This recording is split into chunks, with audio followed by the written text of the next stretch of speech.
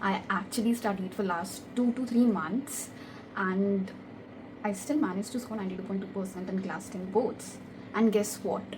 I've actually got 38 out of 80 my maths pre-board 2, which was in Jan, and my board exam was in March. So around like 2 months were left, and maths was my weakest subject of them all, and I'm not even kidding. This video, I'm going to be sharing those tips and tricks which helped me score this much in last 2 months, and yeah, I'll also be sharing my experience, which I really want you guys to follow because I don't want you guys to be committing the same mistakes which I did. So yeah, let's start. Transiting from 9 to 10th, I was like an above average student, you can say a decent above average student who used to score decent marks, and I've actually have this pointers with me so that I don't miss anything telling you guys from my story to my mistakes to what tips and tricks that saved me in final examinations.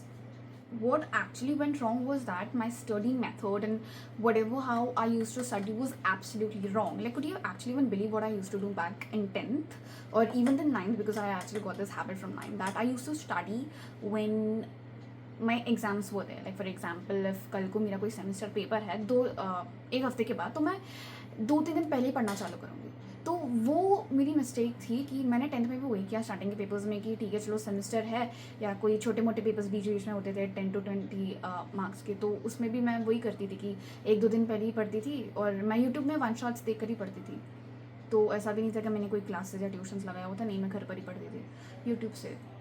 PW या फिर कोई भी channels होते थे जैसे कि प्रशांत भैया थे और दिगराज सर थे. और अब उस टाइम पे कैसा था कि अभी जो उन्होंने मर्ज कर लिया है अभी नेक्स्ट टॉपर्स, तब वैसा नहीं था, सब अलग अलग ही थे उस टाइम पर.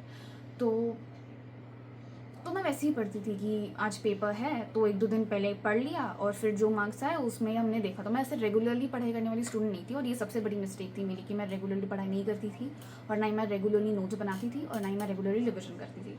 तो उसकी वजह से आई गेस मेरा बहुत ज़्यादा बड़ा नुकसान हुआ था. और आने की कोशिश ये कर रही हूँ कि मुझे 50 से ज़्यादा मार्क्स कभी आए नहीं 80 में से. मतलब इंग्लिश को छोड़कर बाकी किसी में ज़्यादा आते नहीं थे. और AI जो था, मैं पहले मैं ये बताती थी कि मेरे सब्जेक्ट्स कितने थे.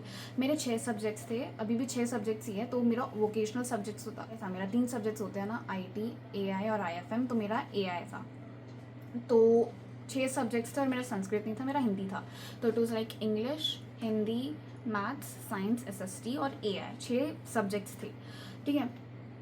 तो मैं हर एक के लिए वही करती थी. इंग्लिश के लिए तो चलो 1 दिन पहले पढ़ कर तो मार्क्स भी आ जाते हैं. मैथ्स के लिए मैं वही करती थी.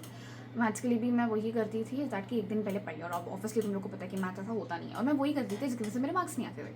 मैं साइंस में भी 1-2 दिन पहले पढ़ लेती थी, वन शॉट्स डिसेंट मार्क्स आ जाते थे. SST में भी मैं 1-2 दिन पहले ही पढ़ती थी और डिसेंट मार्क्स आ जाते थे. डिसेंट मतलब 50, उससे ज़्यादा कभी आई नहीं मेरे डिसेंट में. ठीक है. फिर हिंदी में 1 दिन पहले पढ़ लिया. हिंदी में भी आई गेस 50 to 60, 55 to 60 तक था रेंज मेरा. लाइक लैंग्वेजेस में आई स्कोर्ड गुड 1 दिन पहले पढ़ के. एंड देन AI में भी 1 दिन पहले पढ़कर 50 मार्क का होता था ये, तो मेरा 42 या 40+ आ जाता था नॉर्मली. तो यही था कि जो सब्जेक्ट्स जिनको एक्चुअली में अच्छी तरीके से करना चाहिए था मैंने वो करा ही नहीं.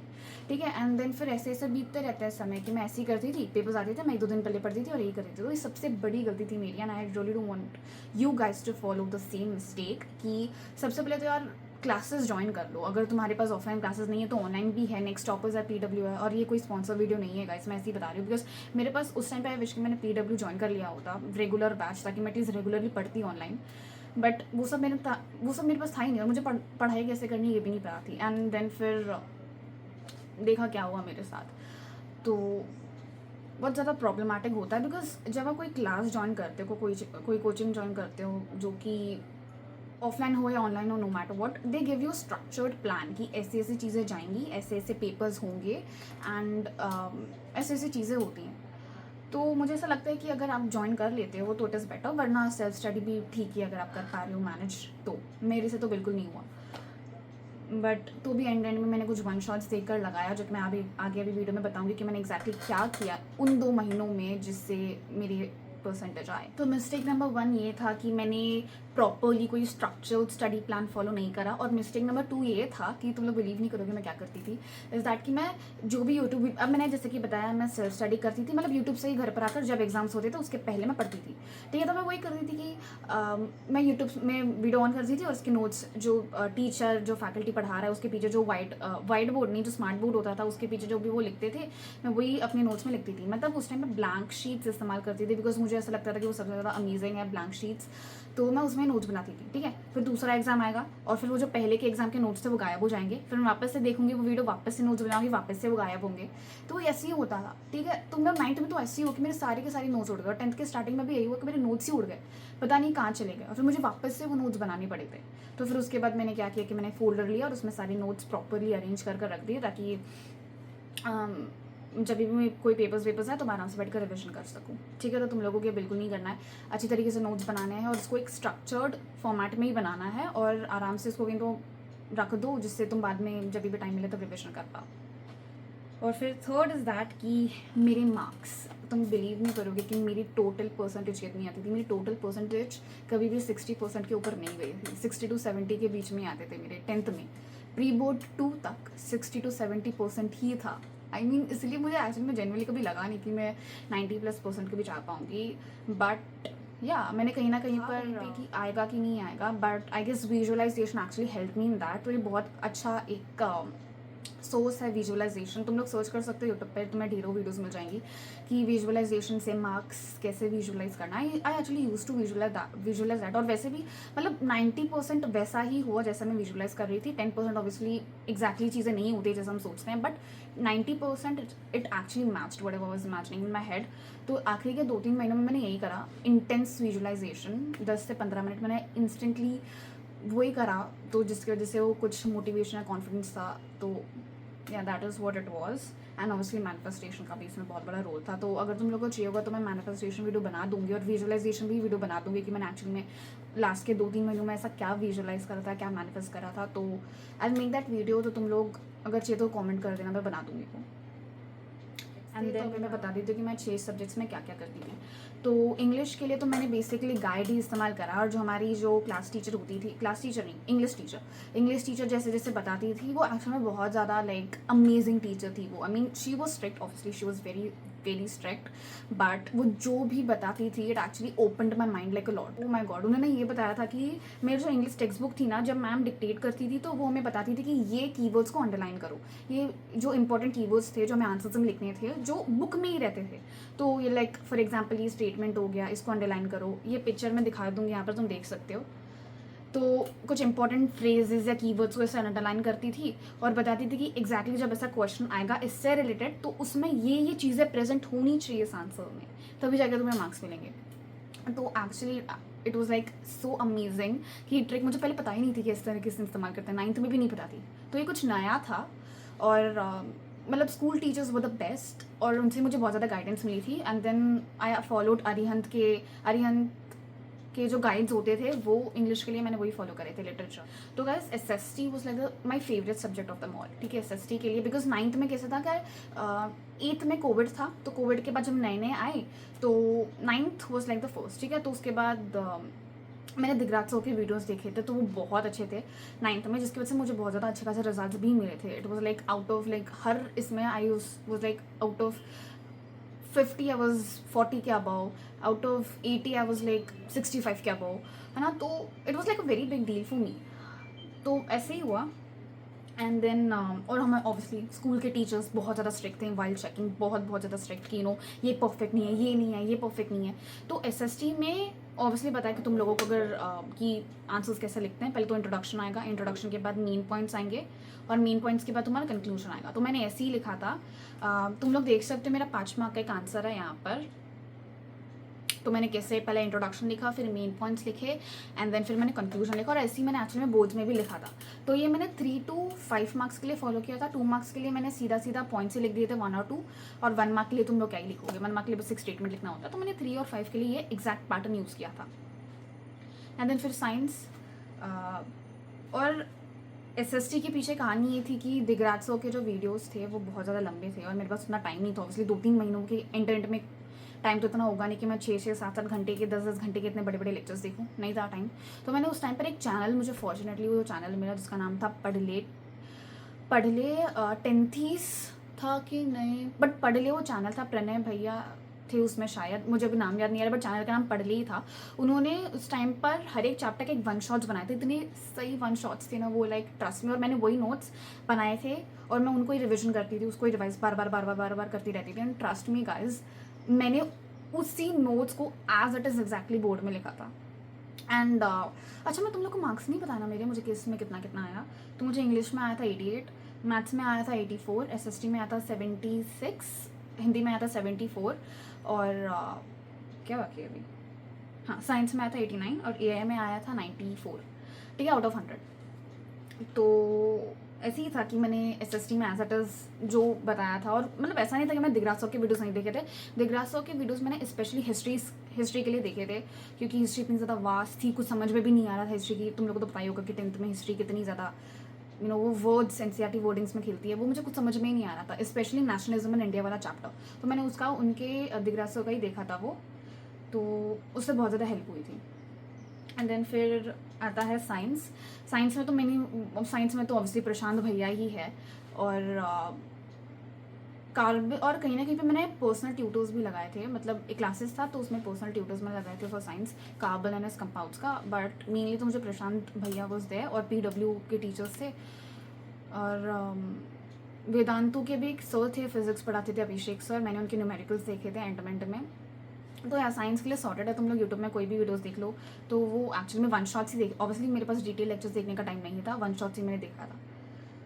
फिर आता है हिंदी में मैंने मेनली, मोस्टली हिंदी में क्या ही करोगे तुम लोग, अरिहंत मेरे पास एक गाइड थी, बहुत सॉलिड गाइड थी गाइज। मैंने अरिहंत में जैसे आंसर्स का फॉर्मेट था मैंने वैसे ही कॉपी पेस्ट करने की कोशिश करी है, और मैंने वही कॉपी पेस्ट करा था, तो यहाँ मुझे 94 आया था हिंदी में। तो हिंदी आसान है यार, तुम लोग कर लोगे, मतलब इतना ज़्यादा कोई मुश्किल है भी नहीं। तो तुम लोग स्कूल के टीचर से भी पूछ लोगे। तो यूट्यूब मैंने एज सच कोई यूट्यूब वीडियो देखी नहीं थी हिंदी के लिए, सिर्फ ऑब्वियसली वन शॉट्स जो होते थे जिसमें कहानी की समरी आती थी। और मेरा फेवरेट चैनल था भाई की पढ़ाई कर PKP भाई की पढ़ाई, तो वो मुझे लाइक मेरा फेवरेट चैनल था वो। मैं हमेशा ना उसमें इंग्लिश या फिर हिंदी मेनली उसमें वीडियोस देखती थी, अगर तुम लोगों को पता हो। तो वो बहुत सॉलिड चैनल था भाई की पढ़ाई, उसमें हिंदी के वन शॉट समरीज वो लाइक ऑफ द चैप्टर्स वो like so good, I really enjoyed. In fact मेरी पूरी क्लास वो देख रही थी, मुझे पता ही नहीं था इनफैक्ट कि मतलब बहुत सही चैनल है, तुम लोग चेकआउट करो उसको। एंड देन फिर आता है AI तो मैंने वैसे भी कुछ फॉलो नहीं करा था AI के लिए, तो मैंने यूट्यूब भी देखा था, तो तुम लोग भी यूट्यूब से ही देख लो। AI फॉर किड्स करके एक चैनल था उस टाइम पर, तो मैंने उससे ही वीडियोस देखे थे, तो या इट वॉज गुड। और फिर अब आता है मैथ्स पे, तो गाइस मैथ्स वॉज, अब मैथ्स के लिए क्या ही बोला, वो सबसे वीक सब्जेक्ट था मेरा of all the time. It was so weak कि मुझे बोर्ड में भी 84 ही आए, और मैंने बताया था कि प्री बोर्ड में मेरे को 38 आए थे आउट ऑफ 80, तो वो बहुत, मैं क्या ही बताऊँ, इतना कम था। बट हाँ, मैंने फिर उसके बाद ट्यूशन क्लासेस लगाए थे स्पेशली फॉर मैथ्स। तो और पता है प्री बोर्ड के पेपर्स भी ना मुश्किल ही बनाते हैं स्कूल वाले, अगर तुमको पता होगा तो टीचर्स या फिर कहीं भी तुम देख लो कि प्री बोर्ड्स के पेपर हार्ड ही आते हैं। और ट्रस्ट मी, जो यूट्यूब पे प्रशांत भैया या फिर शोभिक भैया जो बताते हैं ना कि आखिरी के 2-3 महीने में पढ़ लो, हो जाता है, ठीक है। तो उन्होंने भी यही बताया था कि प्री बोर्ड के पेपर हार्ड ही आते हैं, और हार्ड ही आए। तो यहाँ ज़्यादा टाइम मतलब बोर्ड के paper as compare to pre board बहुत ज़्यादा ईजी आता है, और चेकिंग भी लीनियंट होती है CBSE की। तो यही था कि मैथ्स के लिए मैंने पर्सनल ट्यूटर लगाया था, और मैं अरिहंत के ही सॉल्व करती थी। मैं स्टार्टिंग में RD शर्मा का सॉल्व करने की कोशिश किया था। RD शर्मा के मैंने पॉलिनोमियल्स ही करे थे, और इसकी वजह से मुझे पॉलिनोमियल के मैंने सॉल्व एग्जाम्पल्स ही करे थे। एक्सरसाइज मुझसे नहीं होती थी, तो मैं सॉल्व एग्जाम्पल्स ही करती थी। और फिर मैंने अरिहंत का जो मैथ्स होता था, मैथ्स के जो एक्सरसाइज होते थे, मैंने वो सॉल्व करे थे, अरिहंत और RD शर्मा का। फूड पॉइजनिंग का स्टोरी, तो मैं एडमिट हुई थी, इसकी वजह से शायद कम मार्क्स आया, पता नहीं। बट इतना तो अच्छी बात है कि टीचर ने, जब मैंने जो प्री बोर्ड हुआ, जब हम रिजल्ट चेकआउट लेने गए थे स्कूल में, तो टीचर ने बताया कि दिया what is this 38 out of 80, and I was like कि ma'am I was admitted to the hospital and all. तो वो तब थोड़ी सी शांत हुई मैडम, तो या। और बाकी तो यही था कि मैंने पोर्टफोलियोज टाइम पर सबमिट करे, जो भी चीज़ें होती थी टाइम पर सबमिट करी थी, तो यार दैट इज़ इट। और नोट मेकिंग तो मैंने बता दिया कि मैं ब्लैंक शीट पर ही नोट्स बनाती थी, और उसी को बार बार रिवाइज़ करती रहती थी, और बार बार इसी को रिवाइज़ करती रहती थी। फिर रिवीजन, हाँ रिवीजन भाई साहब मैं ये नहीं बता सकती कितना ज़्यादा इम्पोर्टेंट है ये, इतना ज़्यादा इम्पोर्टेंट चीज़ है रिवीजन की। ट्रस्ट में बार बार रिवाइज करते रहो गाइस, बार बार फॉर्मूलाज रिवाइज करो, बार बार रिवाइज करते रहो, हर 2-3 दिन में या हर हफ्ते में। और जब एंड के जब 2-3 महीने थे मेरे पास तो मैं बार बार, आई विश मैंने बार बार रिवाइज करा होता। बिकॉज क्या होता है ना, जब आप पेपर में बोर्ड का पेपर देने जाते हो ना, तो इट वॉज लाइक यार काश मैं कर लेती, तो वो चीज़ तुमको रिग्रेट नहीं होना चाहिए बाद में, जो कि मुझे हुई थी बोर्ड एग्जाम के टाइम पर। एक्चुअली फिजिक्स का पेपर था, फिजिक्स का नहीं तब साइंस का ही पेपर था, तो उसमें फिजिक्स वाला जो सेक्शन था उसमें वो एक चीज़ थी जो एक फॉर्मूला था रेजिस्टेंस का या रेजिस्टिविटी का, मुझे याद नहीं आ रहा है, मुझे वो याद नहीं आ रहा था, तो उसकी वजह से मेरे मार्क्स चले गए थे। तो मुझे बहुत ज़्यादा बुरा लग रहा था कि काश मैं देख लेती ये डेफिनेशन और ये फॉर्मूला, तो मैं लिख लेती वो, तो इट्स ओके। और my mistake in board guys, मेरी जो मिस्टेक्स थे तुम लोग यकीन नहीं करोगे, हिंदी और मैथ्स मैंने इतनी घिनौनी मिस्टेक करी थी ना। हिंदी में तो ठीक है चलो, मैंने जैसे कि बताया था मुझे एडमिट हुआ था तो मेरे हाथ में सलाइन थी, तो मुझे दर्द हो रहा था, तो मुझे उतनी ज़्यादा फास्ट पेस लिखने को नहीं हो रहा था, तो इसकी वजह से जो मेरा आखिरी का 3 मार्क का पेपर था विज्ञापन जो होता है वो छूट गया था। बट मैं उसके लिए कलर्स लेके गई थी, स्केच पेन लेके गई थी कि मैं आराम से बैठ कर ना मस्त ड्राइंग करूँगी, कलरिंग करूँगी। मुझे जो एग्जामिनर है वो तो देखकर खुशी हो जाएगी कि वाह इस लड़की ने क्या किया है, पूरा फुल मार्क्स दो इसको। बट अनफॉर्चुनेटली वो छूट गया था मेरा पेपर, बिकॉज मुझे हाथ में बहुत दर्द हो रहा था लिखते हुए।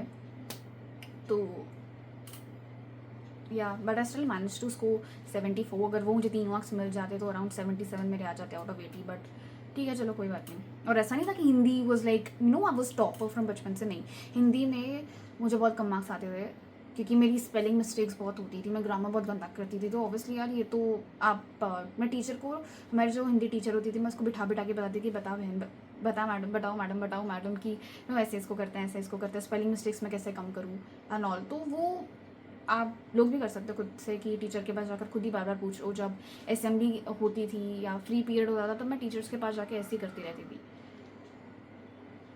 And then what could I have done better, तो जैसे कि मैंने बताया कि मैं क्या अच्छी तरीके से कर सकती थी, वो था कि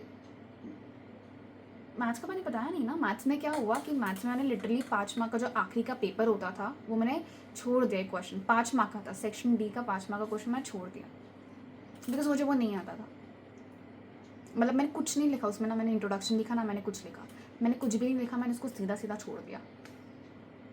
आई मीन आई विश कि मैं उसमें एटलीस्ट कुछ तो लिख के आती, कुछ तो लिख के आती। वो ट्राइंगल्स वाला एक क्वेश्चन था और वो एनसीईआरटी बेस्ड ही था, एनसीईआरटी का एक एक्सरसाइज का क्वेश्चन था। तो या मिस्टेक नंबर 3 लिखो कि मैथ्स के एनसीईआरटी का हर एक क्वेश्चन तुम करोगे, बिकॉज अगर वो गलती से बोर्ड में आ गया तो तुमको सॉल्व करने आना चाहिए। हर एक चैप्टर का हर एक क्वेश्चन एक्सरसाइज का तुम करोगे, मैथ्स का स्पेशली, ठीक है। तो what could I have done better, exactly जैसे मैं बताया कि ये 3 मिस्टेक्स अगर मैं नहीं करती तो मेरे एक्चुअली में 92 से भी ज़्यादा आ सकते थे। आखिरी के 3 महीने में, 2 से 3 महीने में आ सकते थे अच्छा खासा, बिकॉज मैंने जैसे कि बताया कि मैं एक अबव एवरेज स्टूडेंट थी। तो या एंड देन फिर या तो दैट इज़ दैट हम लोग एंड में पहुंच चुके हैं। और इस वीडियो का मकसद ये नहीं है कि तुम लोग कुछ पढ़ो ही ना और एंड के 2-3 महीने में आके पढ़ो। इस वीडियो का मकसद ये नहीं है, ठीक है। तुमको अभी से ही पढ़ाई करनी शुरू करनी चाहिए। जैसे कि मैंने कहा कि अगर मेरे पास एक परफेक्ट स्ट्रक्चर होता तो मैं बहुत ज़्यादा आगे जा सकती थी। तो या बट अगर तुम्हारे पास अब महीने नहीं बचे हुए हैं और तुमने पूरे साल बर्बाद कर ही दिया ना, प्रे के 2-3 महीने ना हो, बट अगर 2-3 महीने हैं तो तुम इस वीडियो से मोटिवेशन या सपोर्ट जो भी तुमको चाहिए तुम वो ले सकते हो। एंड ठीक है 2-3 महीने में पढ़ के भी अच्छा खासा स्कोर ला सकते हो, 90+ या 95+ भी जा सकते हो। तो या guys, I wish you all the very best for your board exams and do well, and I'll see you guys in the next video. तब तक के लिए take care and bye.